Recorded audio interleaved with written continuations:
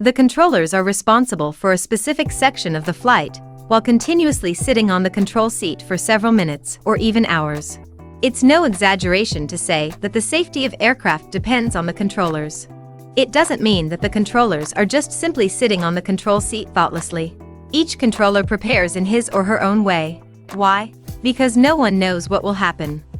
While sitting on the control seat, they need mind on their work. Do you have any particular routine before controlling? Today, we'll talk about our colleague's routine in this video.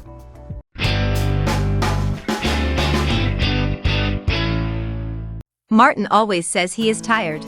Martin, a father of 3 children, and a husband who has a wife working as well, always looks tired because he doesn't get enough sleep all the time. Before he sits on the control seat, he always goes to the smoking area to have a cigarette. He feels relieved of his fatigue after smoking. After a short stretch, filling a bottle of coffee in his tumbler, he sits on his control seat. There are chocolates always filled in this pocket. He eats them to charge his energy when he is in the mood for sweets.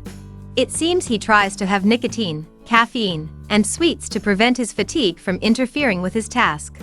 Despite unhealthy ways, his effort is touching that he tries his best with his own methods to focus on his control seat, as his duty is not a task to simply repeat.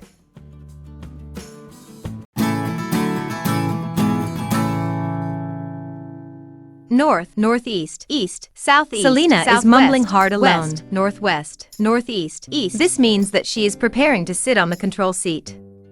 When she was a newcomer, while issuing the traffic information, she had many mistakes in saying the position oppositely.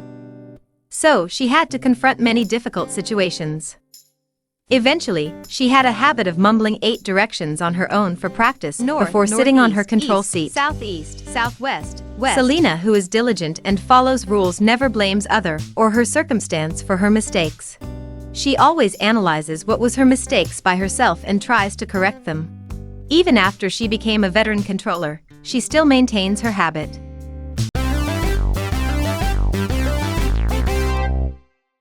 We haven't been able to see if Chris has a special routine for quite some time.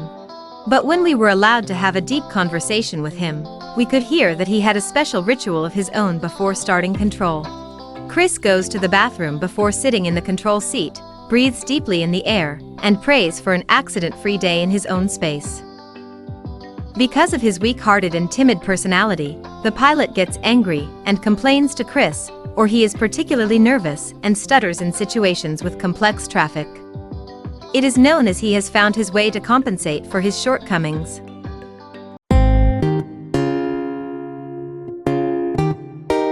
George, who has a thorough personality, does not make any mistakes.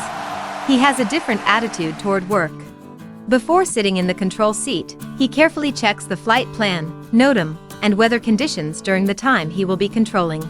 In his mind, he checks again at what time and what preparation should be made, what aircraft need priority, and what points he needs to pay special attention to. Even though he is a skilled controller, he never goes past these basic routines. Seeing such a George, the other colleagues fall into thought. Wouldn't his ability not simply because he is a smart person, but from his humble attitude toward work? Susan, a third-year controller, looks in her mirror before sitting in her control seat and organizes herself. This includes the work of fixing her makeup and grooming her clothes. When she sits in the control seat, she organizes her surroundings as neatly as possible and starts her control. She explains that this is because the controller doesn't look face to face with the pilot and talks, but starts working in a neat and top-notch shape, which increases confidence. Her philosophy was able to create this routine because her confidence is considered essential to make the best judgments and decisions according to her situation. Colleagues don't know all of each other's hidden efforts and thoughts.